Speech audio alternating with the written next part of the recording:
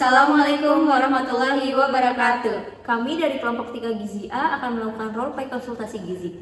Berikut ini videonya. Selamat pagi Bu Ratna. Pagi Ibu. Saya lihat dari hasil rujukan dokter, tensi Ibu tinggi ya Bu? Iya benar, 150/90. Ini bahaya loh Bu, kalau dibiarkan Ibu bisa kena stroke. Ibu pasti sering makanan yang asin dan bersantan ya Bu? Iya sih, saya sering masak kayak gulai, rendang gitu. Soalnya suami sama anak-anak saya kalau misalkan makanan yang gak gurih, asin, gak mau makan. Nah, itu dia masalahnya Bu.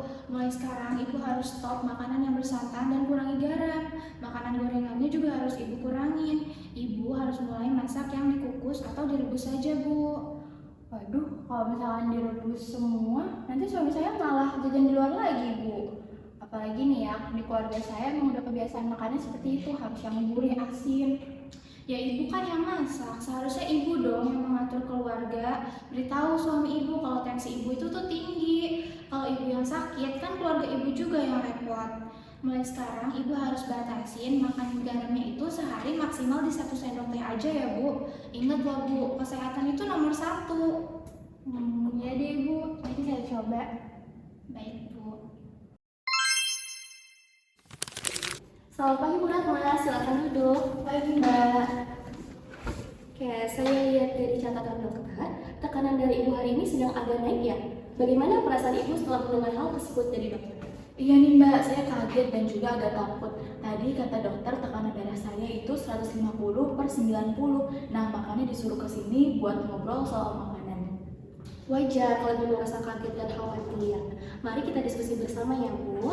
Kalau boleh tahu biasanya masakan seperti apa sih yang sering Ibu siapkan untuk keluarga di rumah?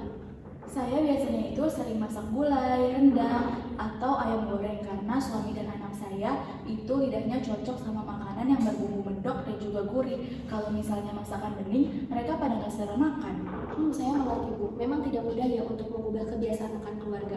Apalagi kalau hidangannya itu gurih dan bersantan. Itu sudah menjadi tradisi dan kesukaan bersama di rumah. Nah, betul itu Mbak, saya bingung. Kalau dibedain buat saya sendiri, nanti repot masaknya. Tapi kalau misalnya disamain bening, nanti suami saya malah jajan di luar. Masuk akal sekali. Bu Ratna pasti lelah ya jika harus memasak 2 kali. Tapi mengingat kondisi tensi Ibu, kita perlu nih Bu sedikit-sedikit mengurangi asupan garam dan lemak. Kira-kira dari masakan sehari Ibu, adakah satu hal kecil yang paling mungkin bumbunya Ibu kurangi tanpa membuat keluarga Ibu itu protes atau terlalu keras? Mungkin kalau gulainya santannya saya encerkan sedikit, mereka nggak terlalu ngeh kali ya. Terus juga nanti saya akan kurangi pembelian dari ikan asin dan juga kerupuk karena biasanya itu wajib ada tiap hari. Itu yang sangat bagus Bu, mengencarkan santan dan mengurangi stok ikan asin di rumah itu adalah langkah awal yang luar biasa. Bagaimana kalau minggu ini kita fokus dari 2 hal itu? Nanti minggu depan kita evaluasi, apakah suami dan anak-anak Ibu menyadarinya atau tidak. Boleh Mbak, kalau cuma berubah sedikit-sedikit gitu, sepertinya saya masih sanggup.